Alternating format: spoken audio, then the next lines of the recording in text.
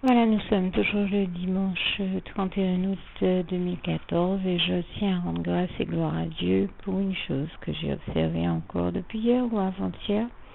Mais c'est la énième fois que je vois que le Seigneur nous inspire à une sœur en Christ qui vit au Canada et à moi qui suis jusqu'en Guadeloupe.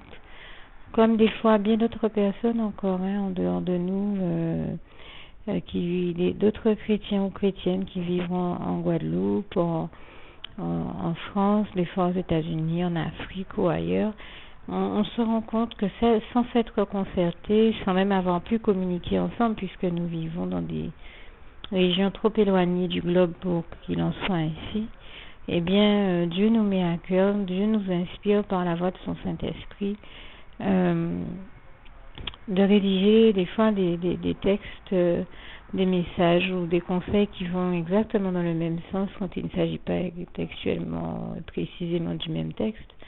Ça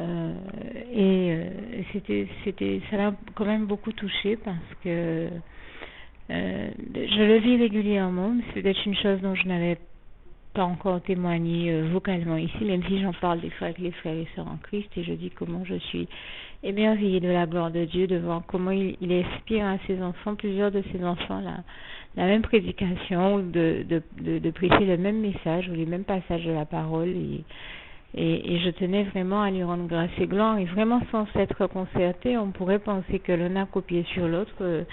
Peut-être que ça arrive dans certains cas, mais dans d'autres, vraiment, il n'y a vraiment aucune concertation. Et là, il y a plusieurs jours, je n'étais même pas chez moi quand le Seigneur m'a inspiré de rédiger un texte qui dit le seul qui puisse faire de toi un être équilibré, heureux et épanoui, c'est Dieu, c'est Jésus-Christ, c'est son Saint-Esprit.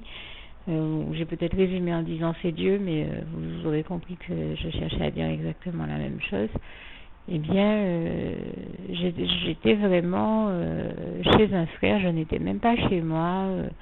J'ai dû utiliser son ordinateur, travailler avec une autre police de caractère que celle avec laquelle je travaille d'habitude. Bon, j'ai dû travailler dans des conditions qui ne sont pas du tout les conditions habituelles dans lesquelles je travaille. Donc, je peux dire que j'ai vraiment mis au propre et tapé les textes que le Seigneur m'inspirait d'écrire, et en plus j'ai dû le faire assez rapidement. Je veux dire peut-être pas avec autant de réflexion que d'habitude, et même comme ça, eh bien, une fois que j'avais mis ça en ligne, quelle n'était pas ma surprise de voir que le Seigneur avait inspiré exactement la même chose. Moi qui suis en Guadeloupe, à une autre sœur qui vit jusqu'au Canada, et je peux vous dire que nous ne nous étions pas concertés du tout. Et en tout cas, son texte n'était peut-être pas en tout point similaire au mien, mais il disait la même chose, qu'il n'y a que Dieu qui peut faire de nous des êtres équilibrés. Donc c'était exactement la même idée, la même pensée, et donc inspiré par le même maître à penser, Dieu, Jésus et son Saint-Esprit, toute la gloire lui revient. Pour moi, c'est une preuve supplémentaire que c'est bien le même Saint-Esprit qui vit en nous et qui nous inspire, et je le dis encore. Et donc que ce message peut être authentifié comme provenant de Dieu et de Dieu seul, et toute la gloire en revient à Dieu, à Jésus, à son Saint-Esprit. Donc moi, je tenais à rendre grâce et gloire à Dieu, à le remercier, et puis à témoigner de sa gloire, parce que c'est encore une des formes de sa gloire que nous expérimentons et que nous voyons souvent. Nous n'avons pas nécessairement toujours le réflexe d'en parler, mais c'est bel et bien une réalité que je trouvais nécessaire de souligner, de signaler ici, et je le dis encore, toute la gloire revient à Dieu qui vit en nous, comme il est écrit en 1 Jean 1, verset 4. 1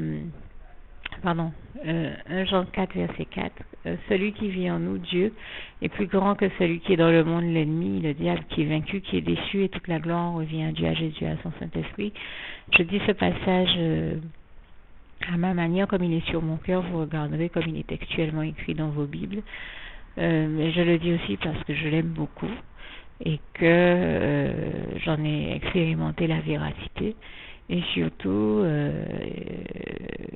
parce que pour en avoir fait l'expérience, j'ai bien compris et bien vu au quotidien que Dieu est l'éternel vainqueur du diable, et que bien entendu cela va durer, comme je viens de le dire, pour l'éternité, d'éternité en éternité. Quel grand bonheur, quel meilleur des bonheurs nous avons en dehors de sa présence et de son amour dans nos vies. Nous les chrétiens, je vous assure que ça fait un vrai plaisir, un vrai bonheur de voir que quel que soit ce qui se passe, Dieu, Jésus-Christ et son Saint-Esprit ont toujours la victoire sur l'ennemi, et ça c'est pour moi l'une des plus belles choses, et je rends grâce et gloire à Dieu en pensant également à ce passage de Romains 16 verset 20 que je vous invite à lire. Je terminerai pour ma part en vous invitant à faire la petite prière qui va suivre dès que j'aurai fini de lire ce passage. Philippiens 4 verset 7, c'est vraiment le souhait de mon cœur pour vous tous, que la paix de Dieu qui surpasse toute intelligence garde vos cœurs et vos pensées en Jésus-Christ, que Dieu vous bénisse tous, à bientôt. Juste une petite précision pour tous ceux qui ne sont pas encore, qui n'ont pas encore choisi la meilleure des options qui soit, qui est celle d'aller se placer, de faire le choix à soi-même, d'aller se placer dans les bras d'amour de Jésus-Christ, pour se mettre à l'abri de ce monde cruel. Eh bien, je partage avec vous la prière par le biais de laquelle on y accède.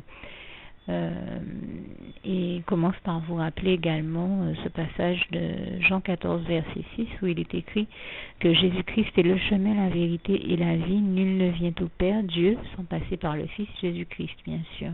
Je le dis à ma manière, vous regarderez comme il est actuellement écrit dans vos Bibles là encore.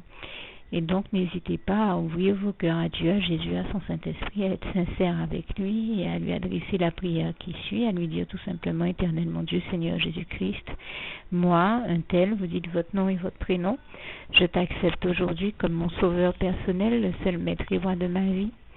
Je remets toute ma vie entre tes mains puisqu'elle t'appartient, éternel mon Dieu, puisque tu l'as créée, cette vie. Donc tu en es donc le seul maître et propriétaire comme de tout ce qui existe dans tout l'univers. Je remets donc toute ma vie entre tes mains, je te la donne.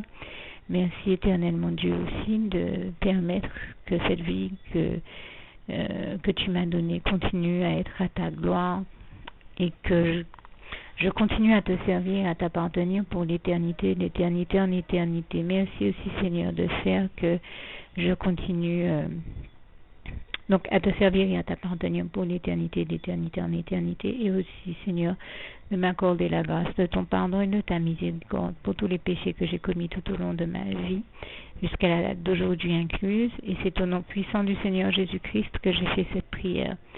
Et à vous tous qui avez fait cette prière, je vous dis que Dieu vous bénisse abondamment, puissamment, richement, et surtout n'hésitez pas à la partager avec tous vos proches et contacts, amis, membres de vos familles, collègues, bien-aimés, tous ceux que vous aimez, et surtout tous ceux à qui Dieu vous mettra à cœur, avec qui Dieu vous mettra à cœur de la partager.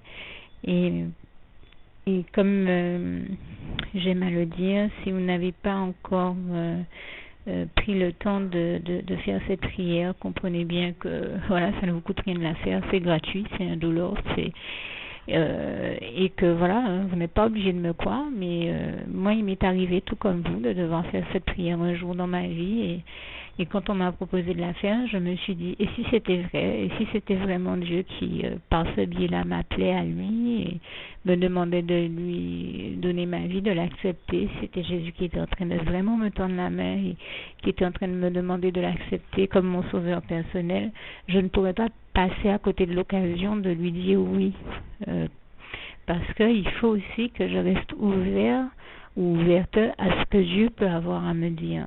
Il faut que je garde mon cœur et mon intellect ouvert à ce que Dieu peut avoir à me dire. Donc je me suis dit, je ne peux pas courir le risque de passer à côté de mon éternité, de passer à côté des meilleures choses de la vie, surtout si le maître et créateur de la vie m'appelle et cherche à me sauver. Pour être sauvé, il faut bien que je lui dise oui, que je souhaite qu'il me sauve. Oui, Seigneur Jésus-Christ, je t'accepte comme mon sauveur personnel. Et c'est le sens de cette prière. Et comme je dis, elle ne nous coûte rien à faire. Et puis surtout, moi je vous dis, du jour où je l'ai faite, j'ai vu Jésus changer ma vie en mieux sur tous les plans. Et donc je crois que ça ne vous coûte rien, ça ne vous coûte rien vous non plus de la faire et puis d'expérimenter, de regarder comment comment les choses vont se dérouler dans votre vie, de regarder Jésus changer votre vie en mieux, à vous aussi. Et voilà, d'en faire l'expérience. Et pour en faire l'expérience, il faut commencer par faire cette prière. Donc si vous ne l'avez pas encore dite, réembobinez tout simplement cette vidéo ou ce document si vous préférez. Réécoutez-le et dites avec moi la prière que vous m'avez entendu mentionner.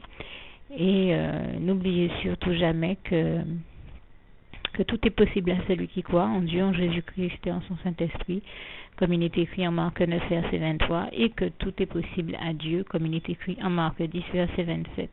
Que Dieu vous bénisse donc et à bientôt.